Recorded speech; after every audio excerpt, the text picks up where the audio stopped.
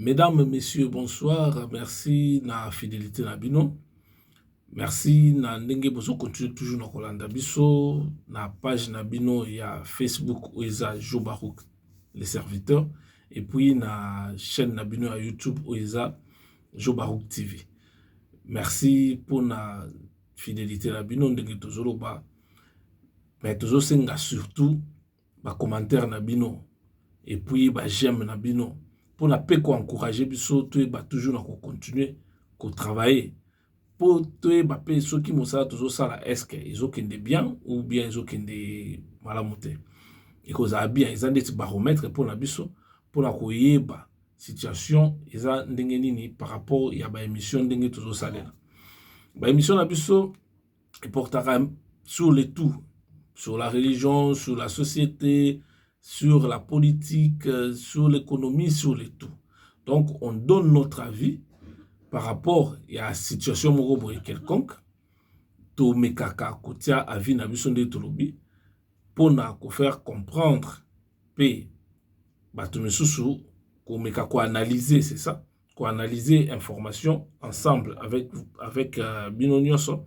Ce qui est par rapport à l'analyse na biso et donc comment marché quitter na analyse wana aux d'accord na ngote n'hésitez pas commenter biso tozana pour na bino critique na bino ya ngondi mtezo et osala ki biso to ba ko avancer ko finga ndeza mabe mais ko critiquer eza bien parce que ko critiquer critique moko constructif et ça rappeler bien pour que biso peut de notre part tu améliorer notre façon de travailler et puis ndengeni ya ko porter information ti et pas la bino information moko ya malam certes vous avez belé au bozolanda biso donc to ko ba bêtise c'est pour ça vous voyez que toujours qu'à moi temps lorsque le dossier moko ezali, on prend le temps ya ko étudier yango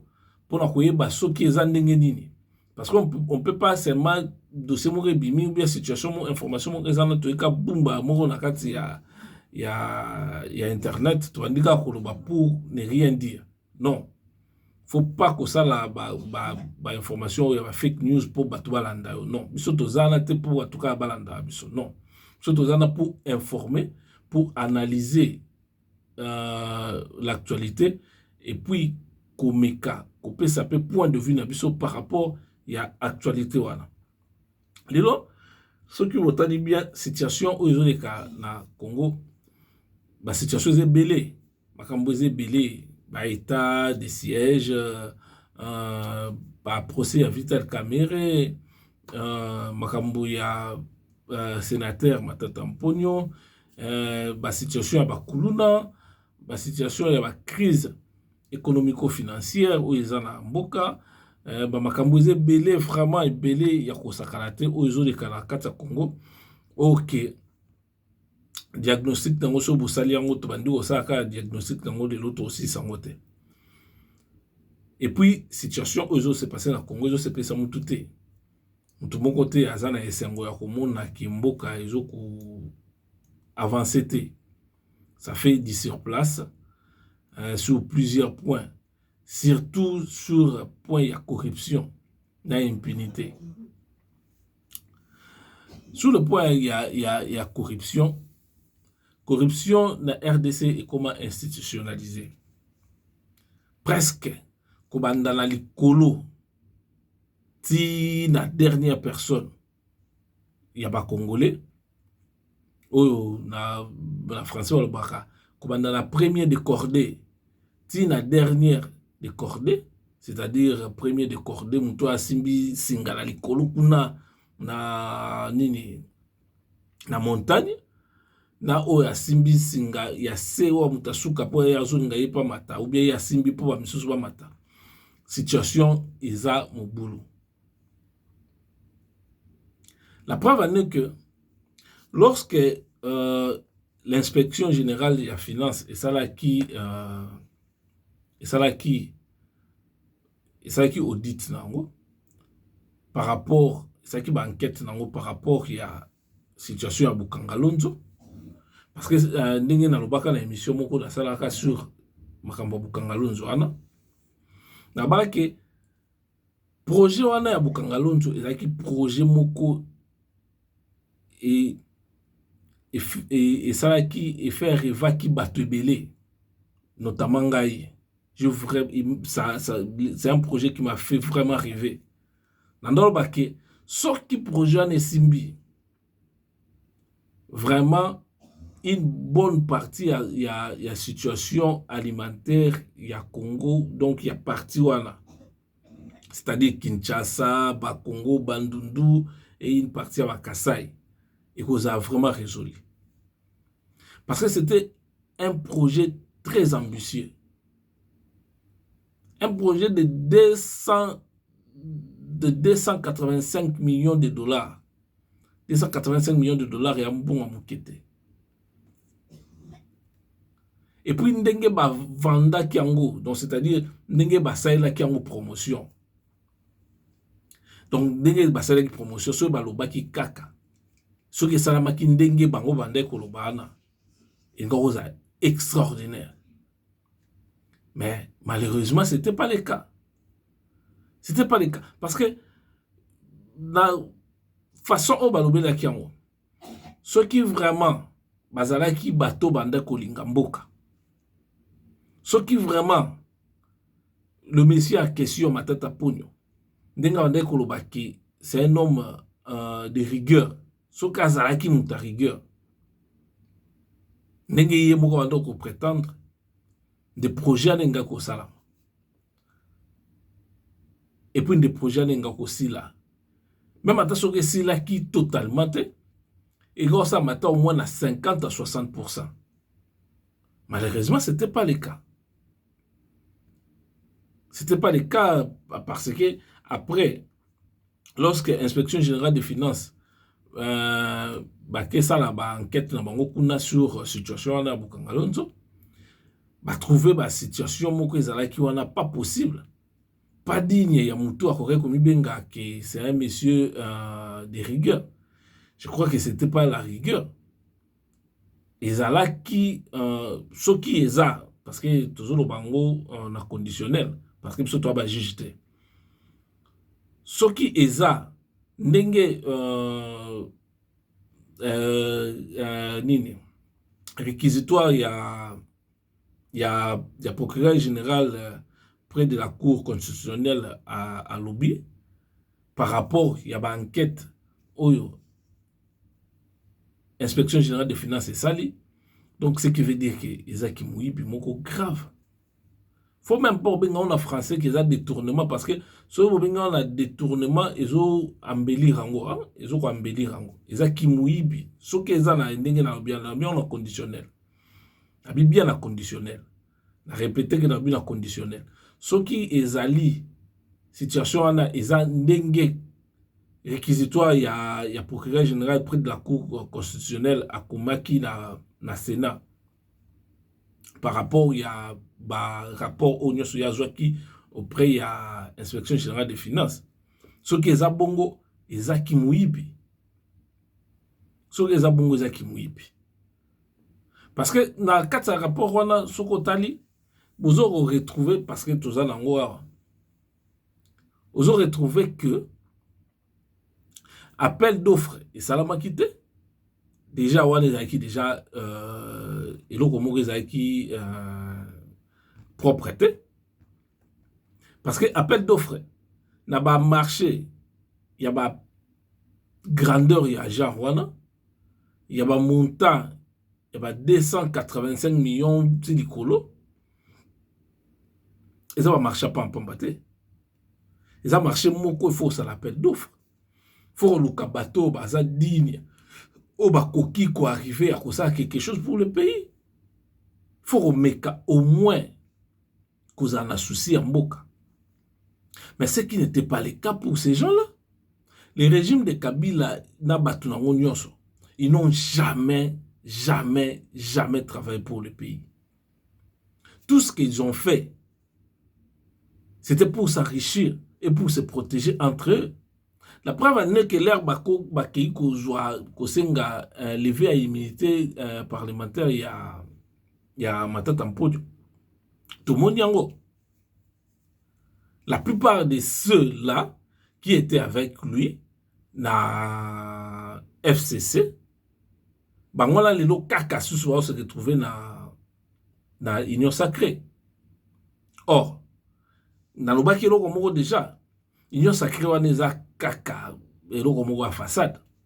Ils ont fait ça seulement parce que le président de la République avait menacé de dissoudre l'Assemblée. Alors pour que va perdre Kwanga na bangote, pour que les députés va perdre Kwanga na bangote, ba bi que non to kota na kati ya Union Sacrée wana. Tout ça la Union Sacrée pour que biso to ba toujours non regarder Kwanga na biso. C'est ça. Il faut même pas dire que non ba y a qui na Union Sacrée na pour que ba changer mboka. Non. Loin de là. Ben voilà pour changer mboka. Ils n'ont pas besoin de changer le pays. Ils n'ont pas besoin de travailler pour la nation. Ils n'ont pas besoin de travailler pour les Congolais. Ils sont là seulement pour eux. Nous travaillons dans la RDC pour le Congo. Habité, je ne sais pas, sur Bazali vraiment. Peut-être que maman o bate kakana ba coin wana o ba futisa bango ba oteka moi biloko na muki wana ba futi sous ba taxe à chaque jour, a futa ka pe ba taxe à chaque jour. Donc ce qui veut dire que bango ne va travailler pour le Congo. Ma maman qui dans la bazando wana na ba wenze na bango bateka moi biloko na bango wana chaque jour bango mo ba futa ba taxe. Bango ne va travailler pour le Congo. Malheureusement, bongo wana pe union ba futa ba taxe, est-ce que kendaka vraiment na caisse à l'état? Ou bien la caisse, il y a bateau. Parce que c'est ça le Congo. Comme bateau, le français, que les loups ne se mangent pas entre eux, ces gens, babanda qui déjà système dans la procédure à Liboso, lorsque réquisitoire il y a Liboso salamaki, nous qui moyen n'y a quoi échapper, on va bien non vice de procédure. Et zongi et pas il y a zongi dans la cour constitutionnelle. La cour constitutionnelle bon ça va tout changer. Ba sali siko ndenge sengela ki na bango il fallait que ça. Et ça clair et net. Au moins il fallait qu'on accorde justice bénéfice des doutes. Mais bango ba sali yango te. Donc c'est-à-dire que ba porter crédité na makambo oyo inspection générale des finances et sali na Moussa nyonso inspection générale des finances et sali et puis na makambo nyonso procureur général près ya cour constitutionnelle à lobby parce que procureur général après de la cour constitutionnelle y a pesikaka ba fait oyo bango bazo reprocher et pas ya Matata Ponyo par rapport, il y a rapport au besoin qui na inspection générale des finances. Mais besoin quand on kakate ça sengi ni ngona te kaka seulement pour na kozwa Matata Ponyo ko kangaye non. Sengi aya ko s'expliquer devant la justice. Comment ça fait que so yo mutu oza la prom to ebi koza innocent? Pourquoi est-ce qu'on banga qu'on allait se justifier pour soit justice? Bien que justice n'a pas pu kuna Congo, ils ont justice mususu pe, ils ont un sentiment makamususu. Mais la dossier à mon nende tuana. Ozo banga soko yebi ki yo a confiant. Bien que ozo banga parce que ça a mis pas Vital Kamerhe, il n'est pas acquis confiant. Mais il peut pas kangi dans la prison, le lot va condamner pour la 13 ans en prison. Bien que le procès à Vital Kamerhe, il a procès moko. Donc moi je ne le sens pas. Procès wana et puis dans le système judiciaire il y a Congo peu mubusu sous yangwala il faut kolukape ko changer. Juge jijaka selon ba vie na bango. Donc ceux qui jugent aux la preuve, ceux qui jugent abi aux coupables, parce que c'est comme ça les juges. Mais or, ceux qui ils ont un bon juge, ouais, il vraiment que non, ça là pourquoi est-ce que pourquoi est-ce que va bengue juge? Jamais qu'on condamne Moutou pour le plaisir ou bien parce que il fallait qu'on condamne Moutou. Non. Et mon faut ça là qui, y a le monde là-bas qui pour la makambo ya ba congolité wana. Et donc, c'est le plus important. Ils ont conscience à Moutou. Moutou a yé banan kolinga mboka. Et puis a yé bakoza na moral moko ya bien.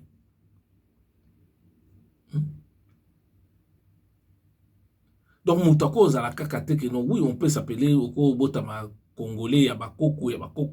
Outa ta na période ya bakoko na outa période ya royaume Congo ana ou bien na vampire Lunda na babloko nyonso ana. Bazaka ba congolais mais ceux qui olingaka no Congo moté ou ça appelle au moté ponango c'est ce qui se passe n'a pas ba congolais lelo. Il y a pas de congolais qui aiment le Congo. Il y a pas de congolais qui aiment le Congo, surtout pas ba politiciens.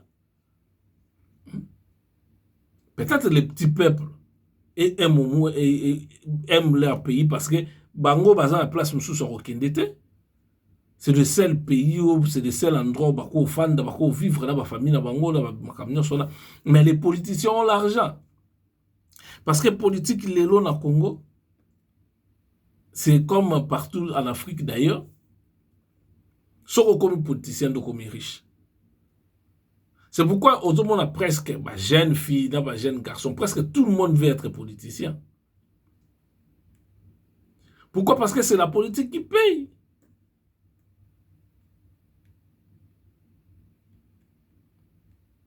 Tout le monde veut être politicien. C'est ça le problème. Or, on ne vient pas de la politique pour s'enrichir. On vient de la politique pour servir son pays. Qu'est-ce que je peux faire pour que et avancer? Dans la politique, on ne travaille pas pour soi. On travaille plus pour la nation, pour ses enfants, pour les générations futures, etc. Mais on ne travaille pas pour ça. On travaille plus pour soi-même. Pour s'enrichir et c'est tout. Hein. Le reste, je m'en fous. C'est ça les politiciens congolais. La preuve est que na dossier au nyoso ndenge zabwe. Nazana ngoli boso na ngai a. Soko tangi yango ndenge nezali, o comprendre vraiment que soki ba député wana ba boyi ko livrer pas qu'on livrer parce que qu'on livrer c'est comme si ils a ceux qui c'est nandenge ni watu bimisango mabe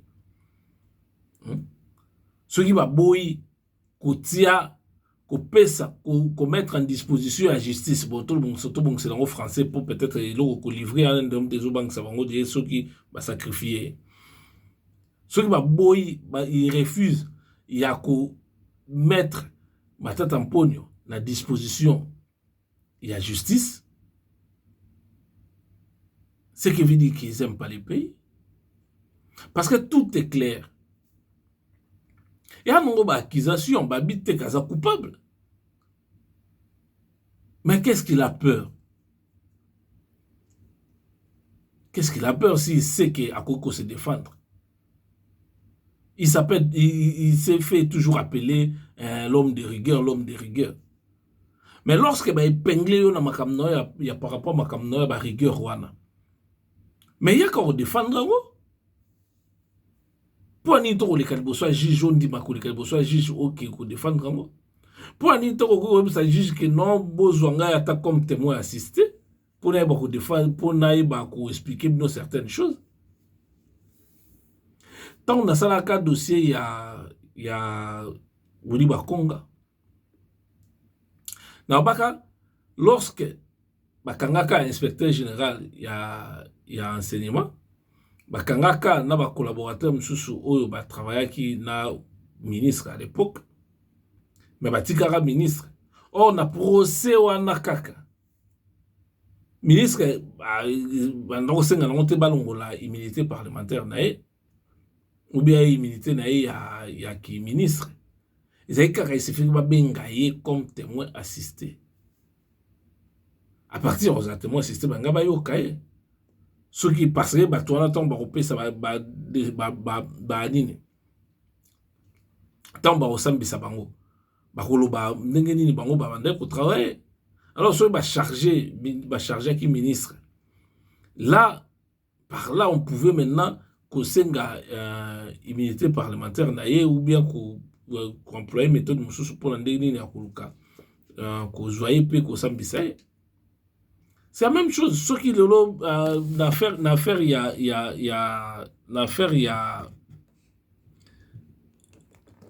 a le monsieur aza ye moko te baza ebele na bato wana nyonso baza wana. Est-ce que baninga na bango mpe kuna mpo baza ye aza sénateur na baza 2 sénateurs kuna baa 2 sénateurs baza na madame baa matata Ponyo na madame Ida Kamonji na Serwa so inatangi kombo na ye mabali mbisa bango mbali ba sénateur. Donc ce qui veut dire que bango et puis bango mbali 2 wana ba sénateur nyonso baboyi ko livrer bango.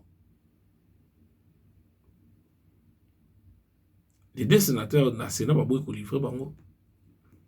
Donc baboyi ko mettre bango en disposition à justice. Baboyi ko mettre bango devant ba responsabilité na bango. Mais dossier ezaka moko wana te.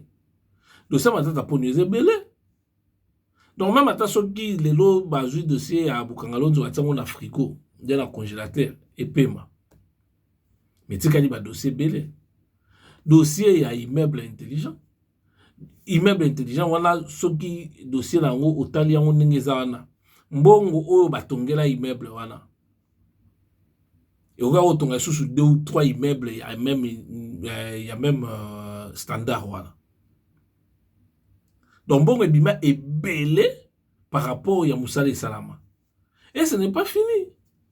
Na ba école nyonso o batata pona babaki batsaki ba programme ba muse mbongo fa batonga à travers RDC Mobimba.